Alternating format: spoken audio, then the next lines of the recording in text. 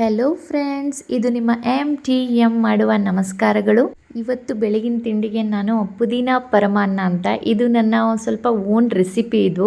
So ಇದನ್ನು ಹೇಗೆ ಮಾಡೋದು ಅಂತ ಹೇಳ್ಕೊಡ್ತೀನಿ. ಮೊದಲು ಸ್ಟವ್ ಹಚ್ಚಿ ಒಂದು ಬಾಣಲಿ ಇಡಿ, ಅದಕ್ಕೆ ಸ್ವಲ್ಪ ಎಣ್ಣೆ ಮತ್ತು ಸ್ವಲ್ಪ ತುಪ್ಪ ಹಾಕ್ಕೊಳ್ಳಿ. ಅದು ಬಿಸಿ ಆದಮೇಲೆ ಗೋಡಂಬಿ ಹಾಕಿ ಫ್ರೈ ಮಾಡಿ ತೆಗೆದಿಟ್ಕೊಳ್ಳಿ. ಅದೇ ಬಾಣಲಿಗೆ ಸ್ವಲ್ಪ ಸಾಸಿವೆ ಹಾಕ್ಕೊಳ್ಳಿ ಮತ್ತು ಒಂದು ಅರ್ಧ ಟೀ ಸ್ಪೂನಷ್ಟು ಜೀರಿಗೆ ಹಾಕ್ಕೊಳ್ಳಿ. ಅದಕ್ಕೆ ಹೆಚ್ಚಿಟ್ಟಿರೋ ಅಂಥ ಪುದೀನ ಮತ್ತು ಟೊಮೆಟೊ ಒಟ್ಟಿಗೆ ಹಾಕ್ಕೊಳ್ಳಿ. ತುಪ್ಪ ಹಾಕಲೇಬೇಕು ಅಂತಲೂ ಏನಿಲ್ಲ, ಮತ್ತು ಗೋಡಂಬಿನೂ ಅಷ್ಟೇ, ಬೇಕಿದ್ದರೆ ಹಾಕೋಬೋದು, ಇಲ್ಲಾಂದರೆ ಕಡಲೆಕಾಯಿ ಬೀಜ ಏನಾದರೂ ಹಾಕೋಬೋದು. ಟೊಮೆಟೊ ಚೆನ್ನಾಗಿ ಬೇಯಬೇಕು, ಅದು ಫುಲ್ಲು ಸ್ಮ್ಯಾಶ್ ಆಗಬೇಕು. ಟೊಮೆಟೊ ಫುಲ್ಲು ಅಲ್ಲಿವರೆಗೂ ಬೇಯಿಸಬೇಕು ಚೆನ್ನಾಗಿ. ಆಮೇಲೆ ಉಪ್ಪು ಹಾಕಿ ಸ್ವಲ್ಪ ಅರಿಶಿನ ಹಾಕಿ, ನಾನು ಸ್ವಲ್ಪ ಅರಿಶಿನ ಹಾಕೋದು ಮರ್ತುಬಿಟ್ಟಿದ್ದೆ, ಲಾಸ್ಟಿಗೆ ಸೇರಿಸಿದ್ದೀನಿ ಅರಿಶಿನ. ಆಮೇಲೆ ನಾನೊಂದು ಮಸಾಲ ಪೌಡ್ರ್ ಹಾಕ್ತಾಯಿದ್ದೀನಿ. ಈ ಮಸಾಲ ಪೌಡ್ರ್ ಹೇಗೆ ಮಾಡ್ಕೊಳ್ಳೋದು ಅಂತೇಳ್ಬಿಟ್ಟು ಡಿಸ್ಕ್ರಿಪ್ಷನಲ್ಲಿ ಹಾಕಿರ್ತೀನಿ ನಾನು, ಅದನ್ನು ಮನೆಯಲ್ಲೇ ಮಾಡ್ಕೋಬೋದು ಆ ಮಸಾಲ ಪೌಡ್ರನ್ನ ನಾನು. ಆಮೇಲೆ ಅದಕ್ಕೆ ಒಂಚೂರು ಕಾಯಿ ತುರಿ ಹಾಕಿ ಚೆನ್ನಾಗಿ ಫ್ರೈ ಮಾಡಿ. ಕಾಯಿ ಸ್ವಲ್ಪ ಜಾಸ್ತಿ ಹಾಕೋದ್ರಿಂದ ಟೇಸ್ಟ್ ಚೆನ್ನಾಗಿರುತ್ತೆ. ಅದು ಚೆನ್ನಾಗಿ ಎಣ್ಣೆ ಬಿಟ್ಕೊಳ್ಳೋವರೆಗೂ ಫ್ರೈ ಮಾಡ್ತಾ ಇರಬೇಕು ನೀವು. ಈ ಬೆಂದಿರೋ ಅಂಥ ಮಸಾಲೆಗೆ ನೀವು ಅನ್ನ ಹಾಕಿ ಚೆನ್ನಾಗಿ ಮಿಕ್ಸ್ ಮಾಡ್ಕೊಳ್ಳಿ. ಆಮೇಲೆ ಕರ್ದಿರೋ ಗೋಡಂಬಿನೂ ಅದಕ್ಕೆ ಹಾಕಿ ಮಿಕ್ಸ್ ಮಾಡ್ಕೊಳ್ಳಿ. ತುಂಬ ಈಸಿಯಾಗಿದೆ. ನೀವು ಆ ಪೌಡ್ರನ್ನೊಂದು ರೆಡಿ ಮಾಡಿ ಮುಂಚೆ ಟೈಮ್ ಇದ್ದಾಗ ರೆಡಿ ಮಾಡಿ ಇಟ್ಕೊಂಡ್ಬಿಟ್ರೆ ಸಖತ್ ಈಸಿಯಾಗುತ್ತೆ ಬೆಳಿಗ್ಗೆ ಟಿಫನ್ಗೆ, ಮತ್ತು ಟೇಸ್ಟಿಯಾಗೂ ಇರುತ್ತೆ. ಒಂದು ಸಲ ಟ್ರೈ ಮಾಡಿ ನೋಡಿ. ಟ್ರೈ ಮಾಡಿದಾದ್ಮೇಲೆ ನನಗೆ ಕಮೆಂಟ್ ಮಾಡೋದನ್ನು ಮರಿಬೇಡಿ. ಮತ್ತು ನಾನು ಇದಕ್ಕೆ ಕೊತ್ತಂಬರಿ, ಕರಿಬೇವು ಆ ಥರ ಏನೂ ಹಾಕಿಲ್ಲ, ಯಾಕೆ ಅಂದರೆ ಪುದೀನ ಫ್ಲೇವರ್ ಹೊರಟೋಗ್ಬಿಡುತ್ತೆ ನಮಗೆ. ಅದಕ್ಕೋಸ್ಕರ ನಾನು ಕೊತ್ತಂಬರಿ ಆಗಲಿ ಕರಿಬೇವಾಗಲಿ ಏನೂ ಹಾಕ್ಕೊಂಡಿಲ್ಲ ಈ ತಿಂಡಿಗೆ. ನೋಡಿ, ಈಗ ಟೇಸ್ಟಿಯಾದ ಪುದೀನ ಪರಮಾನ್ನ ರೆಡಿಯಾಗಿದೆ. ಇದಕ್ಕೆ ಹೆಸರು ಕೊಟ್ಟಿರೋದೇ ನಾನು. ಸೊ ನೋಡಿ, ಒಂದು ಸಲ ಟೇಸ್ಟ್ ಮಾಡಿ, ಸಕ್ಕತ್ತಾಗಿರುತ್ತೆ. ಓಕೆ, ಇವಾಗ ನಾನು ಒಂದು ಇಂಪಾರ್ಟೆಂಟ್ ಮ್ಯಾಟ್ರಿಗೆ ಬಂದಿದ್ದೀನಿ. ನಾನು ಹಿಂದಿನ ವೀಡಿಯೋದಲ್ಲಿ ನಾನು ಟ್ರೇಡಿಂಗ್ ಬಗ್ಗೆ ಹೇಳಿದ್ದೆ. ತುಂಬ ಜನ ಕಮೆಂಟು ಮಾಡಿದ್ದೀರಾ, ಮತ್ತು ನನಗೆ ಪರ್ಸ್ನಲಾಗಿ ಗೊತ್ತಿರೋರೆಲ್ಲ ಮೆಸೇಜು ಮಾಡಿದ್ದೀರಾ, ಫೋನ್ ಮಾಡಿ ಸಹ ಕೇಳಿದ್ದೀರಾ. ಸೊ ನನ್ನ ಟ್ರೇಡಿಂಗ್ ಜರ್ನಿ ಹೇಗಿತ್ತು ಮತ್ತು ಟ್ರೇಡಿಂಗ್ ಬಗ್ಗೆ ಇದರಲ್ಲಿ ಸ್ವಲ್ಪ ನಿಮಗೆ ಮಾಹಿತಿ ಕೊಡ್ತೀನಿ. ಇವತ್ತು ನಾನು ನಿಮಗೆ JP ನಗರದಲ್ಲಿರುವಂಥ ಮಾರ್ಕೆಟ್ ಪಾಠಶಾಲಾ ಅನ್ನೋ ಟ್ರೈನಿಂಗ್ ಇನ್ಸ್ಟಿಟ್ಯೂಟ್ಗೆ ಕರ್ಕೊಂಡು ಹೋಗ್ತಾ ಇದ್ದೀನಿ. ಸೊ ಅಲ್ಲಿ ಏನು ಟ್ರೈನಿಂಗ್ ಕೊಡ್ತಾರೆ, ಹೇಗೆ ಟ್ರೈನಿಂಗ್ ಕೊಡ್ತಾರೆ, ಅದ್ರ ಬಗ್ಗೆ ಫುಲ್ ಮಾಹಿತಿ ನಿಮಗೆ ಕೊಡ್ತೀನಿ. ನಾನು ಕೊಡೋ ಮಾಹಿತಿಯಿಂದ ಸ್ವಲ್ಪ ಜನಕ್ಕಾದರೂ ಹೆಲ್ಪ್ ಆಗುತ್ತೆ ಅಂತ ಭಾವಿಸ್ತಾ ಈ ಮಾಹಿತಿ ಕೊಡ್ತಾ ಇದ್ದೀನಿ. ಮಾರ್ಕೆಟ್ ಪಾಠಶಾಲಾದಲ್ಲಿ ನಿಮಗೆ ಫುಲ್ ಸ್ಟಾಕ್ ಮಾರ್ಕೆಟ್ ಬಗ್ಗೆ ಬೇಸಿಕ್ಕಿಂದನೂ ಟ್ರೈನಿಂಗ್ ಕೊಡ್ತಾರೆ. ಸೊ ನನಗೆ ಆಲ್ರೆಡಿ ಸುಮಾರು 2-3 ವರ್ಷದಿಂದ ಅಲ್ಲಿ ಟ್ರೈನರ್ ಬಂದು ರಾಘವೇಂದ್ರ ಕುಲಕರ್ಣಿ ಅಂತ, ಅವ್ರ ಬಗ್ಗೆ ಪರ್ಸ್ನಲಾಗೂ ನಮಗೆ ತುಂಬ ಚೆನ್ನಾಗಿ ಗೊತ್ತಿತ್ತು. ಹಾಗಾಗಿ ನಾನು ಈ ಮಾಹಿತಿ ಕೆಲವೊಬ್ಬರಿಗೆ ಅನುಕೂಲ ಆಗ್ಬೋದು, ಟ್ರೈನಿಂಗ್ ತಗೋಬೋದು ಅಂತ ಒಂದು ಉದ್ದೇಶಕ್ಕೆ ನಾನು ಅಲ್ಲೇ ಹೋಗಿ ಪೂರ್ತಿ ಮಾಹಿತಿ ತೊಗೊಂಡು ನಿಮಗೆ ಈ ವಿಡಿಯೋ ಮಾಡಿ ತೋರಿಸ್ತಾ ಇದ್ದೀನಿ. ಯಾರಿಗೆಲ್ಲ ಆಸಕ್ತಿ ಇದೆ ಹೋಗಿ ಜಾಯ್ನ್ ಆಗಿ ನೀವು ಟ್ರೈನಿಂಗ್ ತಗೊಳ್ಳಿ. ಅದಕ್ಕೂ ಮುಂಚೆ ನಿಮಗೆ ಒಂದು ಟ್ರಯಲ್ ಮಾಡೋದಕ್ಕೆ ನಿಮಗೆ ಫ್ರೀ ವೆಬಿನಾರ್ಸ್ ಥರ ಇರುತ್ತೆ, ಅದನ್ನು ಅಟೆಂಡ್ ಮಾಡ್ಬೋದು ನೀವು. ನಿಮ್ಗೆ ಯಾವುದೇ ಲಿಂಕ್ ಬೇಕು ಅಂದರೆ ನಾನು ಡಿಸ್ಕ್ರಿಪ್ಷನಲ್ಲಿ ಪೂರ್ತಿ ಹಾಕಿರ್ತೀನಿ, ಅಥವಾ ಮಾಹಿತಿಗೋಸ್ಕರ ನಾನು ಅವರ ಫೋನ್ ನಂಬರ್ ಸಹ ಹಾಕಿರ್ತೀನಿ, ಟ್ಯಾಗ್ ಮಾಡಿರ್ತೀನಿ. ಅವ್ರನ್ನ ಕಾಂಟ್ಯಾಕ್ಟ್ ಮಾಡಿ ನೀವು ನಿಮ್ಮ ಟ್ರೇಡಿಂಗ್ ಜರ್ನಿನ ಬೇಕಾದ್ರೆ ಶುರು ಮಾಡ್ಬೋದು. ನಾನು ಈಗ ಬಂದಿರೋದು ಎಲ್ಲಿ ಅಂತ ನಿಮ್ಗೆ ಗೊತ್ತಿದೆ, ಮಾರ್ಕೆಟ್ ಗುರುಕುಲ ಅಂತ ಹೇಳ್ಬಿಟ್ಟು. ನಾನು ಟ್ರೇಡಿಂಗ್ ಸ್ಟಾರ್ಟ್ ಮಾಡಿ ಸುಮಾರು 5-6 ವರ್ಷದ ಹಿಂದೆಯಿಂದನೂ ಟ್ರೇಡಿಂಗ್ ಸ್ಟಾರ್ಟ್ ಮಾಡಿದ್ದೀನಿ. ಸುಮಾರು ಕಡೆ ಹೋಗಿ ಕಲ್ತಿದ್ದೀನಿ ನಾನು. ಸುಮಾರು ಇನ್ಸ್ಟಿಟ್ಯೂಷನ್ ಅಲ್ಲಿ ಆನ್ಲೈನ್ ಅಲ್ಲಿ ಕೋರ್ಸ್ ತಗೊಂಡಿದ್ದೀನಿ, ಎಲ್ಲ ಮಾಡಿದ್ದೀನಿ. ಆಲ್ರೆಡಿ ನಾನು ಸುಮಾರು ಕಡೆ ಕಲ್ತಿದ್ರಿಂದ ನೀವು ಕಲಿಯೋದಕ್ಕೆ ಎಷ್ಟಿದ್ರು ಕಲಿಲೇಬೇಕು. ಕಲಿತಾ ನಿಮ್ಗೆ ಎಲ್ಲೂ ವೇಸ್ಟ್ ಆಗಲ್ಲ ಕಲಿಯೋದು ಯಾವತ್ತಿದ್ರು. ಸೊ ಅದಕ್ಕೆ ಕಲಿಯೋಣ ಅಂತ ಹೇಳ್ಬಿಟ್ಟು ನಾನು ಇಲ್ಲಿಗೆ ಬಂದೆ. ನನ್ ಮುಂಚೆ ತಗೊಂಡಿದ್ ಕೋರ್ಸ್ಗಳಲ್ಲೆಲ್ಲ ಅರ್ಧಂಬರ್ಧ ವಿಷಯ ನನಗೆ ಕ್ಲಾರಿಟಿನೇ ಸಿಗ್ತಾ ಇರ್ಲಿಲ್ಲ. ಸೊ ಇಲ್ಲಿ ಇನ್ ಡೆಪ್ತ್ ನಿಮ್ಗೆ ಡೀಟೇಲ್ ಆಗಿ ಮಾರ್ಕೆಟ್ ಗುರುಕುಲದಲ್ಲಿ ನಿಮ್ಗೆ ಹೇಳಿ ಕೊಡ್ತಾರೆ. ಹಂಗಾಗಿ ನನ್ಗೆ ತುಂಬಾ ಸ್ಯಾಟಿಸ್ಫ್ಯಾಕ್ಷನ್ ಆಗಿದೆ. ಇಲ್ಲಿ ಸ್ಟಾಫ್ ಅಷ್ಟೇ ತುಂಬಾ ಕ್ಲೋಸ್ ಆಗಿರ್ತಾರೆ. ಬೇರೆ ಕಡೆ ಅದಕ್ಕೆ ಪದೇ ಬರ್ತಾ ಇರ್ತೀನಿ ನಾನು ಅವಾಗವಾಗ ಇದು ಇನ್ಸ್ಟಿಟ್ಯೂಷನ್ಗೆ.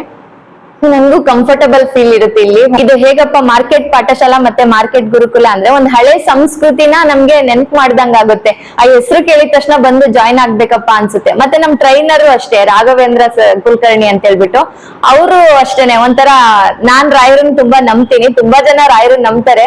ಸೊ ಅವ್ರು ನಂಬೋದನ್ನ ಯಾವತ್ತೂ ಕೈ ಬಿಡಲ್ಲ. ಇವರು ಹಾಗೇನೆ ನಮ್ಗೆ ಟ್ರೈನಿಂಗ್ ಕೊಟ್ಟು ಎಲ್ಲ ಆದ್ಮೇಲೂ ಸಹ ಹೆಂಗೆ ಮುಂದೆ ಕಂಟಿನ್ಯೂ ಮಾಡುತ್ತೆ. ಈಗ ನಾನ್ ಕಲ್ತಿರೋದು ಆಲ್ರೆಡಿ ಜುಲೈ 2023 ಅಲ್ಲಿ ನಾನು ಕಲ್ತಿದ್ದು. ಬಟ್ ಇದುವರೆಗೂ ಈಗ್ಲೂ ಬರ್ತಿದೀನಿ ಅಂದ್ರೆ ಅದಕ್ಕೆ ಕಾರಣನೇ ಇಲ್ಲಿ ಸ್ಟಾಫ್ ಇರ್ಬೋದು, ರಾಘವೇಂದ್ರ ಸರ್ ಇರ್ಬೋದು, ಮತ್ತೆ ನಾವ್ ಯಾವ ಟೈಮಲ್ಲಿ ಫೋನ್ ಮಾಡಿದ್ರು ಪಾಪ ರೆಸ್ಪಾನ್ಸ್ ಮಾಡ್ತಾರೆ, ಎಷ್ಟೇ ಬಿಸಿ ಇದ್ರು ಆಮೇಲಾದ್ರೂ ನಮ್ಗೆ ರೆಸ್ಪಾನ್ಸ್ ಮಾಡಿರ್ತಾರೆ. ಸ್ಟಾಕ್ ಮಾರ್ಕೆಟ್ ಅಂದ್ರೆ ಸಾಕು ತುಂಬಾ ಜನ ಅದೇ ಅನ್ಕೊಂಡಿರೋದು, ದುಡ್ಡು ಕಳ್ಕೊಂಡ್ಬಿಡ್ತಾರೆ, ಅದ್ರಲ್ಲಿ ಹೋದ್ರೆ ಮನೆ ಮಠ ಕಳ್ಕೊಂಡು ಎಲ್ಲಾ ಬೀದಿಗೆ ಬಂದ್ಬಿಡ್ತಾರೆ ಅಂತ ತುಂಬಾ ಜನ ಅನ್ಕೊಂಡಿದ್ದಾರೆ.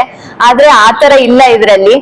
ಮತ್ತೆ ಬರೀ ಜೆಂಟ್ಸೇ ಮಾಡ್ಬೇಕು, ಈ ಲೇಡೀಸ್ ಮಾಡಂಗಿಲ್ಲ ಅಂತಾನು ತುಂಬಾ ಜನ ಅನ್ಕೋತಾರೆ. ಬಟ್ ಲೇಡೀಸ್ ಮಾಡ್ಬೋದು, ಆರಾಮಾಗಿ ಮಾಡ್ಬೋದು. ಇನ್ನು ತಾಳ್ಮೆ ಅನ್ನೋದು ಜೆಂಟ್ಸಿಗಿಂತ ಜಾಸ್ತಿ ಲೇಡೀಸ್ಗೆ ಇರೋದು. ಸೊ ಇನ್ನು ನೀಟಾಗಿ ಕಲಿತಾರೆ ಅವರು, ಇನ್ನು ಚೆನ್ನಾಗಿ ಕಲ್ತು ಇನ್ನು ಚೆನ್ನಾಗೇ ಮಾಡ್ತಾರೆ. ನಾವ್ ಯಾವ್ದೇ ಕೆಲಸ ಸ್ಟಾರ್ಟ್ ಮಾಡ್ಬೇಕು ಅಂದ್ರೆ ಅಷ್ಟೇನೆ ಅದ್ರ ಬಗ್ಗೆ ತಿಳ್ಕೊಂಡಿರ್ಬೇಕು.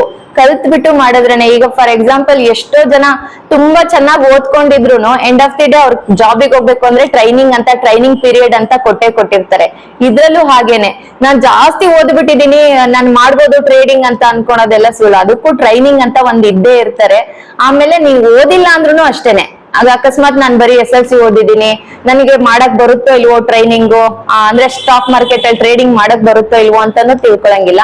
ನೀವು ಓದಿಲ್ದಲೇ ಇದ್ರೂನು ಟ್ರೇಡಿಂಗ್ಗೆ, ಆಮೇಲೆ ಓದಿದ್ರು ಅಷ್ಟೇನೆ, ಇಬ್ರಿಗೂ ಒಂದೇ ಸ್ಟಾಕ್ ಮಾರ್ಕೆಟ್ ಲರ್ನಿಂಗ್ ಅನ್ನೋದು ಇಬ್ರಿಗೂ ಸೇಮ್ ಇರುತ್ತೆ. ಹಂಗಾಗಿ ಇದ್ರಲ್ಲಿ ಓದ್ಬೇಕು, ಓದಿಲ್ಬಾರ್ದು. ಮತ್ತೆ ಏಜ್ ಆಗ್ಲಿ ಒಂದ್ 18 ಇಯರ್ಸ್ ಅಡಲ್ಟ್ ಇದ್ರೆ ಸಾಕು. ಏಜ್ ಅಷ್ಟೇ, 60 ಇಯರ್ಸ್ ಇರ್ಲಿ, 70 ಇಯರ್ಸ್ ಇರ್ಲಿ, ಇದಕ್ಕೂ ಏಜ್ ಲಿಮಿಟ್ ಇಲ್ಲ. ಮತ್ತೆ ನಿಮ್ಗೆ ಕ್ವಾಲಿಫಿಕೇಶನ್ ಬೇಕಾಗಿಲ್ಲ. ಮತ್ತೆ ಟೈಮ್ ನೀವ್ ಯಾವ ಟೈಮ್ ಅಲ್ಲಿ ಬೇಕಾದ್ರೂ ಮಾಡ್ಬೋದು. ನೀವ್ ಫ್ರೀ ಇದ್ದಾಗೆಲ್ಲ ನೀವು ಮಾಡ್ಲೇಬೇಕು ಅಂತಾನು ಏನಿಲ್ಲ. ವರ್ಕ್ ಪ್ರೆಷರ್ ಇಲ್ಲ, ಬೆಳಗ್ಗೆಯಿಂದ ಸಂಜೆವರೆಗೂ ಮಾಡ್ಲೇಬೇಕು ಅಂತಾನು ಇಲ್ಲ.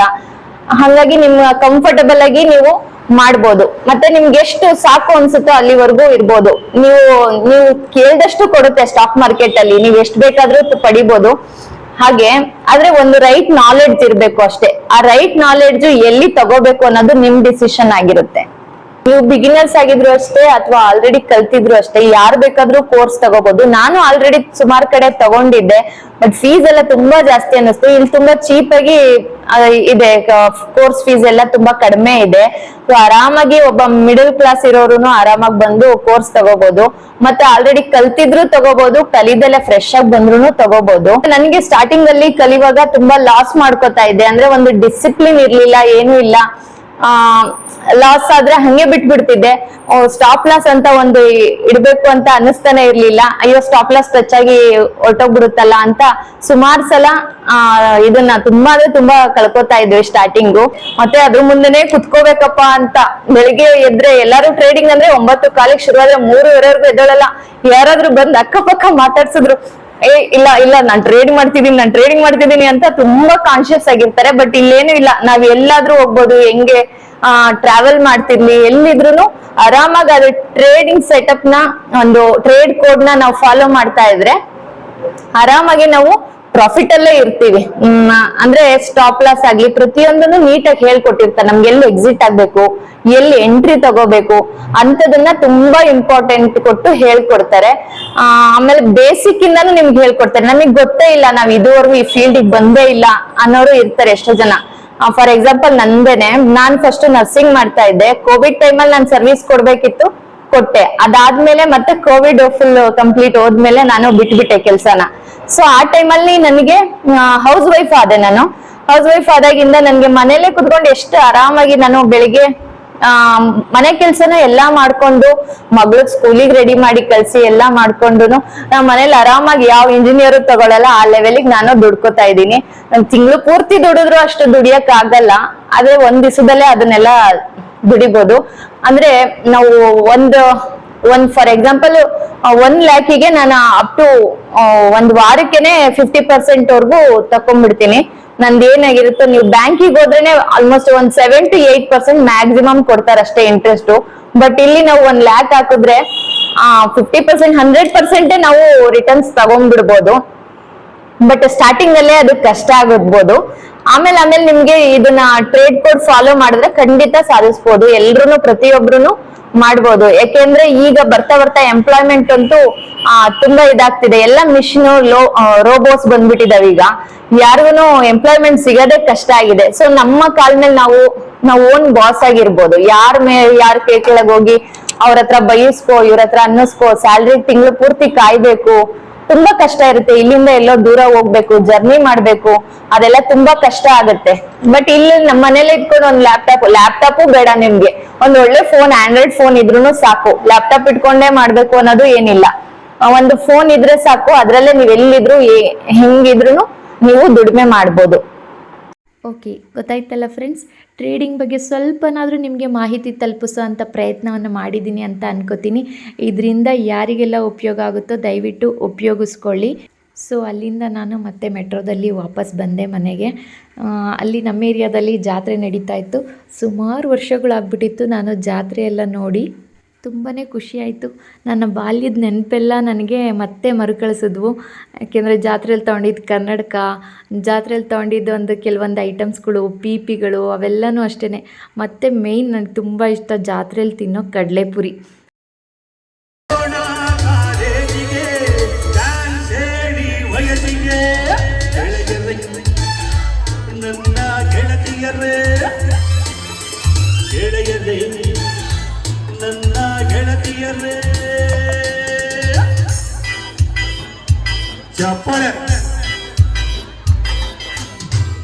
ಮತ್ತು ನಮಗೆ ಹೆಣ್ಮಕ್ಳಿಗೆ ಈ ಸರ ಬಳೆ ಎಷ್ಟು ತೊಗೊಂಡ್ರೂ ಕಮ್ಮಿನೇ.